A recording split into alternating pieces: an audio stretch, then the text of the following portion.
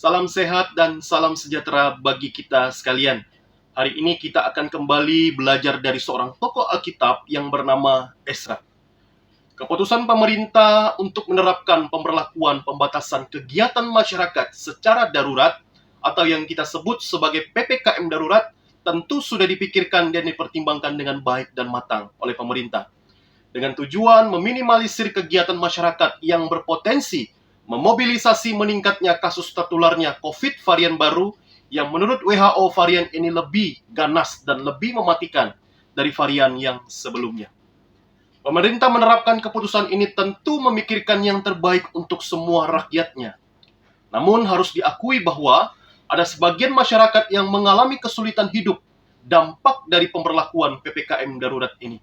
Tentu mereka adalah para pekerja yang mendapat upah harian, wirausaha yang harus mencicil biaya gedung yang mereka sewa setiap bulannya, belum lagi mereka harus memikirkan kebutuhan hidup sehari-hari keluarganya, biaya kontrakan yang nunggak, biaya sekolah anak, dan token listrik yang harus mereka bayar setiap bulannya.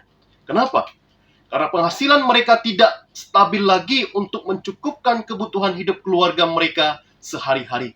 Bahkan ada begitu banyak karyawan yang diberhentikan bekerja karena pendapatan para pengusaha yang tidak sebanding lagi dengan pengeluaran yang ada. Dan mungkin di antara mereka ada juga orang yang mereka cintai meninggal dunia akibat terpapar COVID-19.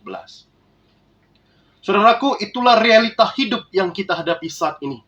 Pandemi COVID-19 telah merubah kehidupan normal kita, bahkan membuat kehidupan kita menjadi sulit dan tersiksa karenanya.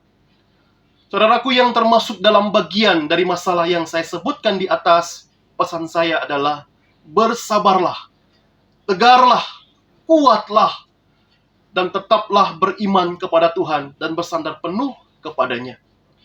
Dan bagi saudaraku yang mungkin tidak terlalu berat terpapar dari masalah yang saya sebutkan di atas, usahakanlah melakukan sesuatu yang bisa membantu dan menolong mereka melewati masa-masa sulit mereka. Saudaraku, melalui realita ini, saya mengajak kita bersama-sama belajar dari seorang imam yang bernama Esra. Arti nama Esra adalah tolong. Dia adalah seorang imam, seorang juru tulis, seorang ahli kitab, seorang pemimpin besar yang memimpin rombongan kedua orang-orang buangan yang kembali dari Babel ke Yerusalem. Dan seluruh hidupnya diabdikan untuk melayani Tuhan dan umat Allah. Situasi yang dihadapi Esra pada waktu itu adalah situasi yang sangat sulit. Secara politik, bangsanya sedang dijajah oleh bangsa lain. Secara spiritual, bangsanya sedang dalam kekeringan rohani. Secara fisik, ia dan sebagian besar rekannya sebangsanya sedang hidup di tempat pembuangan. Lalu apa yang dilakukan Esra dalam kondisi sulit yang dia hadapi pada waktu itu? Yang pertama, Esra yakin Tuhan menyertai. Di dalam kitab Esra pasal yang ke-7 ayat yang ke-28b berkata, "Maka aku menguatkan hatiku, karena tangan Tuhan Allahku melindungi aku, dan aku menghimpunkan dari antara orang Israel beberapa pemimpin untuk berangkat pulang bersama-sama aku." Saya percaya menjadi seorang pemimpin dalam kondisi yang sulit tentu tidaklah mudah. Pasti akan datang banyak ancaman dan kesulitan-kesulitan lain. Namun Esra tetap teguh di dalam imannya. Kenapa? Karena dia yakin Tuhan pasti menyertainya. Lalu yang kedua, Esra mencintai firman Tuhan. Di dalam kitab Esra pasal yang ke-7 ayat yang ke-10 berkata, "Sebab Esra telah bertekad untuk meneliti Taurat Tuhan dan melakukannya serta mengajar ketetapan dan peraturan di antara orang-orang Israel." Saudaraku, kenapa Esra begitu mencintai firman Tuhan? Karena itulah pedoman hidupnya yang membuat dia kokoh dan kuat dalam menghadapi kondisi yang sulit pada waktu itu. Dari hasil penelitiannya terhadap firman Tuhan itulah, Esra juga bertekad untuk mengajarkannya kepada orang-orang Israel, supaya mereka tidak melupakan Tuhan dan mengerti kehendak Tuhan dalam hidup mereka. Saudaraku, cintailah firman Tuhan.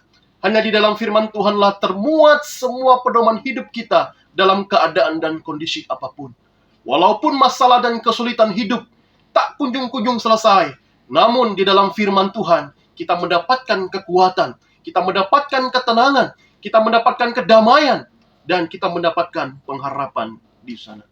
Kemudian yang ketiga dan yang terakhir, Esra memiliki hati yang besar untuk melayani umat Allah. Saudaraku, hal ini tampak dalam kehidupan doa maupun kehidupan praktisnya. Esra tidak hanya setia mendoakan umat Israel yang sedang hidup di dalam keadaan yang memprihatinkan, tapi ia pun selalu siap sedia ketika diberi kesempatan untuk melayani umat Allah. Ia bersedia diutus di Yerusalem untuk mengajarkan firman Tuhan dan membenahi kehidupan umat di sana. Meskipun untuk itu ia harus menempuh perjalanan yang jauh dan penuh risiko. Saudaraku, adakah kita mempunyai hati yang besar seperti Imam Esra yang setia dan berani membayar harga untuk melayani umat Allah atau bahkan orang-orang yang sedang mengalami kesulitan hidup saat ini? Mungkin mereka ada di sekitar kita yang sedang menantikan pertolongan dari kita. Adakah hati kita untuk mereka? Mari kita bertanya kepada hati kita, diri kita masing-masing.